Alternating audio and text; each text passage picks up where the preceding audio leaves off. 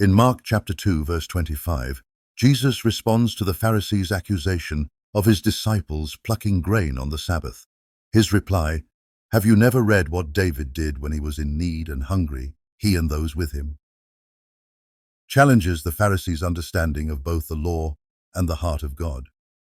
The Pharisees had twisted the Sabbath into a burdensome rule rather than a day of rest, given as a gift to mankind. They missed the essence of God's law and instead clung to their man-made traditions, a dangerous mistake that Jesus did not hesitate to expose. Jesus references an event from 1 Samuel chapter 21 verses 1 through 6, where David, fleeing from Saul, took the consecrated bread from the house of God to feed himself and his men. This act, though technically a violation of ceremonial law, was a necessary provision for God's anointed king in a time of great need. Christ uses this incident to make a profound point about the Sabbath, that God desires mercy over sacrifice, as stated in Hosea chapter 6 verse 6. This is not a dismissal of the law, but a rebuke of those who manipulate the law for self-righteous purposes. The Pharisees, in their hypocrisy, missed the heart of the matter. They elevated legalistic rituals above human need, and, in doing so, revealed their own spiritual blindness. Jesus is not merely correcting their faulty interpretation of the Sabbath. He is revealing his authority over the Sabbath. In Mark chapter 2, verse 28, he declares, "Therefore the Son of Man is also Lord of the Sabbath." This statement is an undeniable claim to his divinity and his authority over all creation, including the very law that they sought to use against him. By pointing to David, Jesus draws a parallel between himself and the greatest king of Israel. Just as David had a right to the bread in his time of need, so Jesus, as the greater David, has the authority to dispense the law according to its original purpose.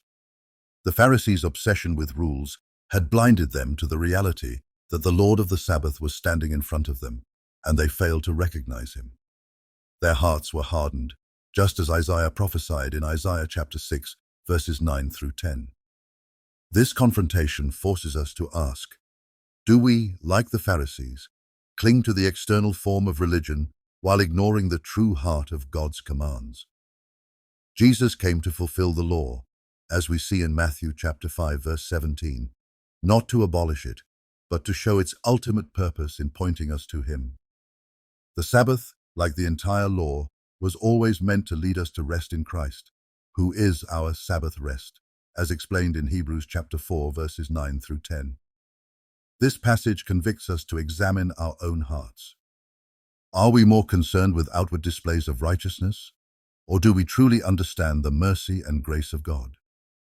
Jesus makes it clear that those who are his will understand the deeper realities of the law, for it is written on their hearts by the Spirit. In 2 Corinthians chapter 3, verse 6, Paul tells us that the letter kills, but the Spirit gives life. The Pharisees had the letter of the law, but they were spiritually dead. Jesus' response to the Pharisees in Mark chapter 2, verse 25, is not only a defense of his disciples, but also a direct challenge to all who would twist God's commands to serve their own self-righteousness. The Lord of the Sabbath stands before us, and the question remains, will we recognize his authority and submit to his lordship, or will we cling to our own prideful understanding of the law?